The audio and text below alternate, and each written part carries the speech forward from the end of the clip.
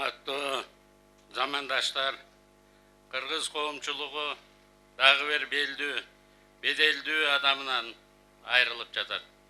Бүгүн 2023 жылдын 12 июлунда Кыргыз Республикасынын көрүнүктүү мамлекеттик ишмери, кыракы саясатчы, кылдат дипломат, СССРдын эң мыкты партиялык кадрларынын бири, Ленин Комсомолу Жаштар Союзунун Кыргызстандагы жетекчиси Мекендин Рустамбеков Жаныш Султанкуловичтен 74 жаш курагындагы акыркы сапарга узатып жатабыз. Кыргыз Республикасынын президенти Жапаров Садыр Нуркожоевичтен, жалпы министрлер кабинетинен, президенттин администрациясынан жана жеке өзүмдүн атымдан Жаныш Рустамбеков Султанкуловичтен үй бүлөсүнө, жакын туугандарына аза кайгыңыздарды тең бөлүшүп, терең кайгыруу менен көңүл айтабыз. Кайрат кылыңыздар. Урматтуу замандаштар, Рустамбеков Жаныш Султанкулович 1967-73 жылдары Москвадагы энергетика институтунда жогорку билим алган. 3 жыл инженер болуп иштеди. Өзүнүн уюштуруучулук жөндөмү күчтүү, саясий көз караштары бекем сапаттары менен 25 жашында Кыргыз СССРынын Ленин Комсомол Жаштар Союзунун борбордук комитетине кызматка чакырылган. Ошентип 1975 жылдан тартып дээрлик 50 жыл мамлекеттик кызматка узак жылдар бою ак эмгегин арнады. 1977 жылдан 1984 жылга чейин Кыргыз СССРынын ВЛКСМдин Фрунзе шаарындагы Ленин районунун райком комитетинде биринчи катчы болуп иштеген. Андан кийин партиялык кызматтарга тартылган. Ташкент жогорку партиялык мектебинен билим алды. 1984 жылдан кийин Коммунисттик партиянын Фрунзе шаардык комитетинде уюштуруу бөлүмүндө иштеди. Андан кийин Бишкек шаары боюнча 1-май райондук эл депутаттар советинин төрагасы, кийин райондун акими болуп иштейт.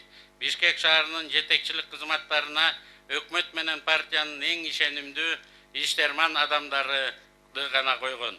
Ал мыкты мамлекеттик кадр болгон. 1990 жылдагы Ош окуяларында партиялык кадр экендигине карабастан, Бишкекте толкуган жаштарды жетектеп, бийликтен атайын самолет бердиртип, Ошко балдарды жөнөткөн. Ошондо борбордук аянтка биринчи жолу намаз окулуп, толкуган жаштарды тынчыткан. Ал кезде атеисттик заман болуп, айрыкча партиялык кызматкерлерге намаз окуганга дагы тыюу болчу. Анын үстүнө ошол учурда ал 1-май районунда райкомдун биринчи катчысы, ал түгүл 90 жылдарда Кыргыз СССРынын жогорку советинин 12 чакырылышынын же легендарлуу парламенттин депутаты болчу. Ага карабастан ошол күндөрү политехникалык астындагы кылкылдап топтолгон жаштардын тарабында болуп, биздин жаныбызда жүрдү. Кийин бат эле Кыргыз Республикасынын мамлекеттик катчысы, президенттин администрация жетекчиси кызматтарын аркалады. Жаныш Султанкулович жаңы бутуна туруп жаткан эгемендүү Кыргызстандын президенттин администрациясынын аброюн эң жогорку деңгээлге көтөргөн инсан. Бул күндөрү ал кесипкөйлүк талантын да көрсөттү, иштеги өжөрлүгүн дагы көрсөттү. Иште өз кызыкчылыгына багыттаган, эч качан өз көмөчүнө гүлүн тарткан эмес. Ар кандай кырдаалдарда туура чечим кабыл алып, туура кадамдарга барганга Жаныш Султанкуловичтен эрки да жетчү, майтарылбас бекем мүнөзү дагы бар болчу. 2000 жылы Жаныш Султанкулович Жогорку Кеңештин 2-чи чакырылышында, Эл өкүлдөр палатасында, мен мыйзам чыгаруу палатада депутат дагы болдук. Ал депутаттык ишмердигин эң жогорку деңгээлде аткарды. Ал мамлекеттик өнүгүүсүнө өбөлгө боло турган стратегиялык өнүгүү, өнөр жай жана ишкердик комитетини 5 жыл бою үзгүлтүксүз жетектеди. 5 жыл чогуу иштедик. Бюджеттик мыйзамды кантип окуш керек экен, депутаттын эл менен карым-катнашы кандай болуш керек экенин баарын үйрөтүп жүрдү. Чет элдик иш сапарларда дагы чогуу болуп, үзөңгүлөш болуп жүрдүк. Мындай ишке жөндөмдүү, элди сүйгөн, мамлекетке күйгөн адамдар аз эле. Жаныш Султанкулович өзгөчө кырдаал министрлигин түптөгөн кишилердин бири.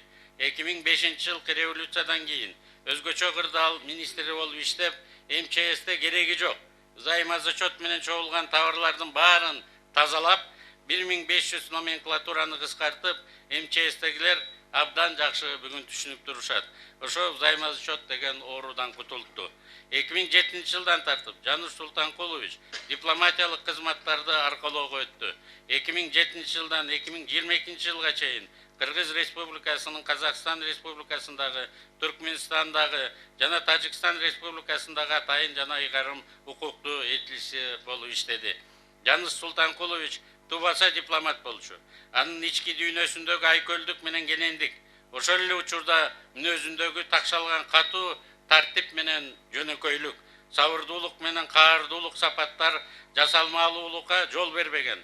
Анын кайталангыс табигый касиеттери болду. Ар бир доордун өзүнүн өзгөчөлүктөрү болот. Мыкты лидерлер гана элге аралашып, жүрөгү менен өзү дагы өзгөрүп тура алат. Жаныш Султанкулович демократтар менен демократ болду, оппозиция менен оппозиция болду, бийлик менен бийлик болду. Бирок дайыма эч качан кесиптештеримди, тегерегимдеги балдарымды, досторумду уят кылбайын деп ак ниет менен иштеди. Мындай принциптеги адам менен өмүр бою сапарында тизгиндеш болуу мүлдө бакытты гана алып келет. Жаныш Султанкулович дал ошондой ишеничтүү дос, бекем таянар кесиптеш болчу. Адам катары, өзүмдөн улуу байке катары канча жыл чогуу жүрсөк дагы сен мен дешкен жокпуз. Мага дайыма акыбай деп кайрылчу эле. Өзүнүн жарк этип күлүп койгон мүнөзү баарын жууп кетчү. Саясатта СДПК партиясын түптөйм деп жарандык сотко соттошконбуз. Бирок ошондо да күлүп, мен түшүнөм сени акыбай. Бирок сен бир партиянын эмес, Кыргыз элинин келечеги үчүн жүгүргүнүң, Кыргыз элинин намысын талашып жүр деген эле. Пенде адаша берет. Соттошуп жеңип алганда да ошондо күлүп чогуу биз менен жүрдү. Эркектердин баары эле окшошпуз. Бул киши кадимки эркектердин лексиконун колдонуп сүйлөсө дагы жагымдуу болчу. Бирөөгө катуу айтсак, кабак түйүп койсок эле баары таарынышат. Бирок бул кишиге эч ким таарынчу эмес. Өзү дагы айымдар кулагыңарды жаба тургула деп баарыбызга ачуу сөздөр айтса дагы бирибиз дагы таарынчу эмеспиз. Жанында жүргөн биз, инилери, шакирттери таң калчубуз. Анын ушундай жарк деп күлгөн алтын сапаты бар эле. Жаныш Султанкулович Рустамбеков Кыргызстандын тарыхында өмүрүнүн көпчүлүгүн мамлекеттик кызматка арнаган көрүнүктүү мамлекеттик саясий ишмер, дипломат катары кала берет.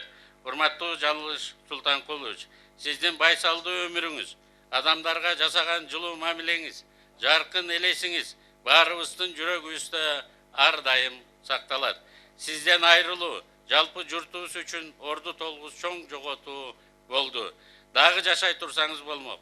Кош Жаныш байке, жаткан жериңиз жайлуу, топурагыңыз торкой болсун, жараткан сизге өз бейишинен орунун берсин.